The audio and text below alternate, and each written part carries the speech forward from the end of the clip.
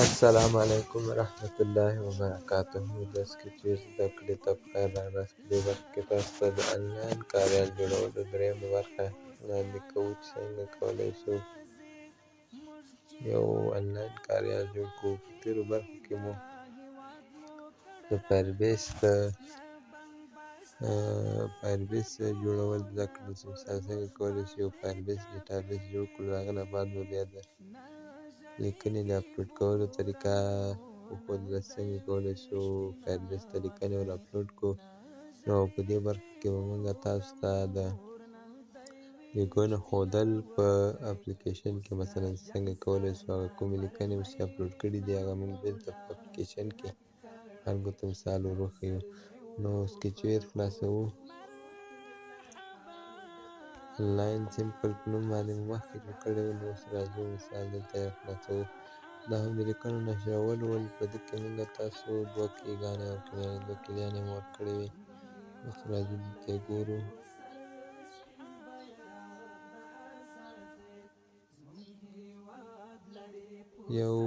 یو کلي مو ورکړی فقط نوم مو ورکړی مثال ټیکسټ. اوس تاسو به راسئ دلته به یوه بله کلي هم ورکړئ اډ ویریبل خو شته ده. راځو دلته دا رااخلو دغه ځای کې ږدو.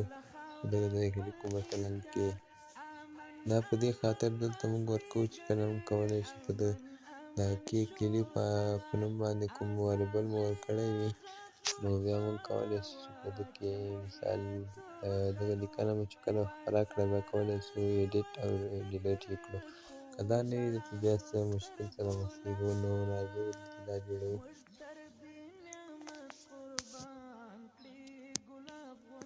دا کوم دلته مو چې دا ورکړی دا کاپي کوو دا کې دلته پیسټ کوو. نو دغه کار پاتې و. اوس راځو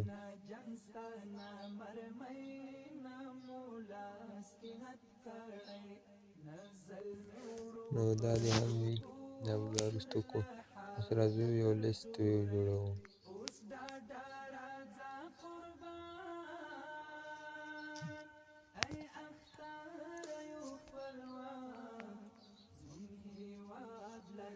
کسټم یو هم ورته جوړوو.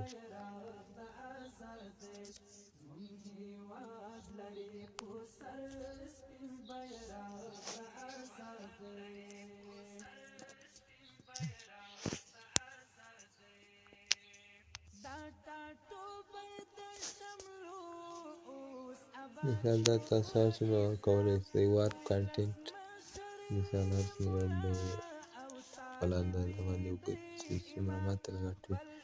اوس د دغه لاینر ګرافیک لومړی به کارځای انتخاب کړو.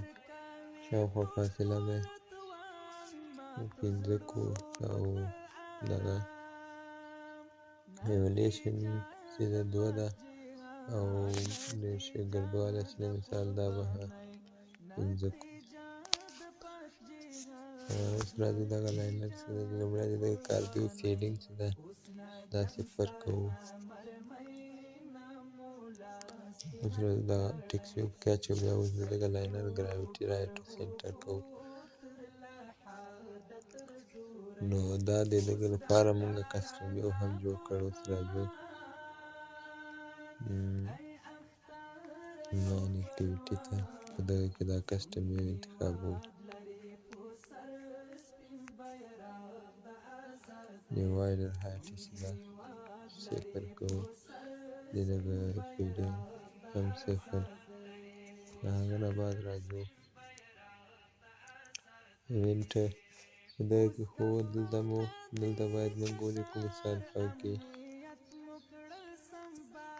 آی ډي کې ټکسټ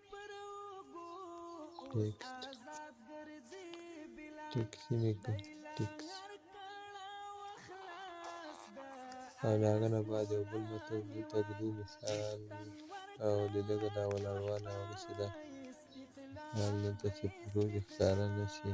دا ولاړوالی هم 0. اوس راځو مین اکټیویټي ته. په دغه ځای کې مو دا انتخاب کړی ایونټ آن بینډ کسټم ویو ته. نو راځو ویډیو اپریټر برخې ته. ایپ کنټرول برخې ته کنټرول دغه د ایپ دین اصلاح کراخلو. له هغه نه بعد راځو لیست برخې ته.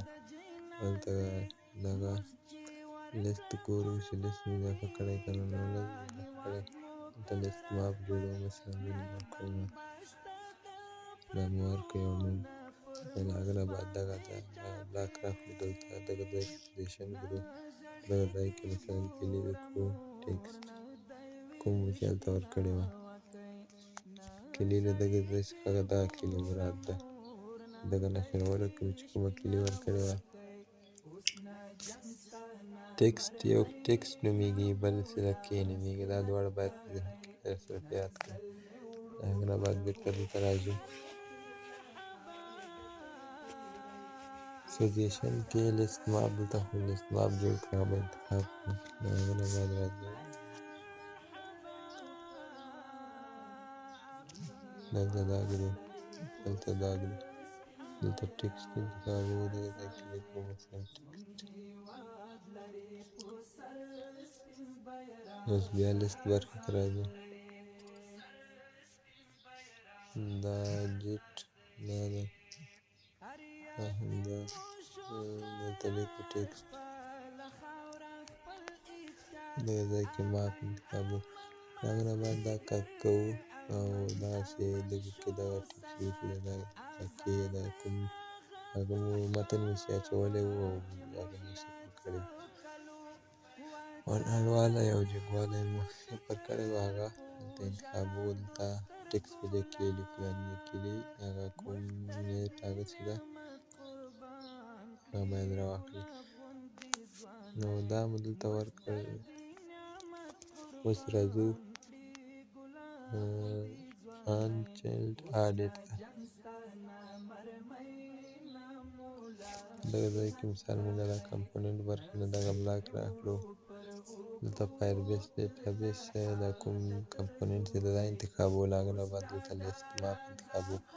اوس راځو ویوز ته.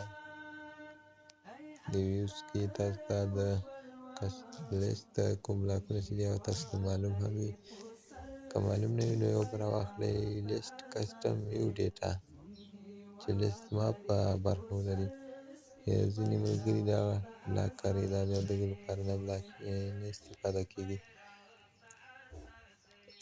دلته به لیست ویو انتخاب کړئ، دلته به هم لیست ویو انتخاب کړئ، دلته به لیست ماپ انتخاب کړئ. بس دا هم مو د دغه هغه مثال لیکنو نشرول او په لیست ویو کې ښودل. نو موږ اوس اپلیکیشن رن کوو.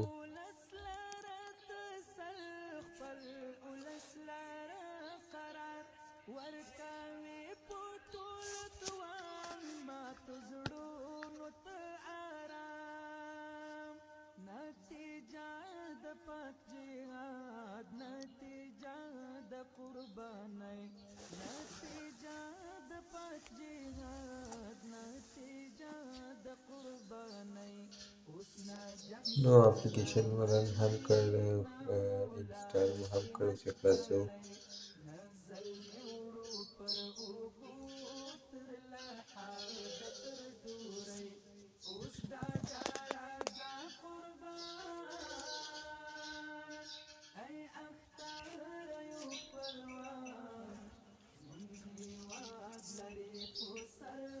نو اوس یوه لیکنه لیکو پرې.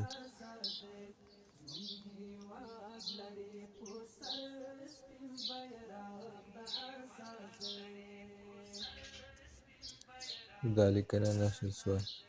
مثال بل څه لیکو پرې. مثال دا باندې خط پرې ولیکئ. په راتلونکو ویډیوګانو کې مو تاسو ته موږ د لیکنو حذفولو او ایډیټ کولو طریقه وښیو، او بیا له هغه نه بعد تاسو ته د عکسونو هم ورسره خپرولو چې څنګه کولی شو عکس ورسره خپور کړو. نو تر بلې ویډیو پورې مو په لوی الله جل جلاله سپارم.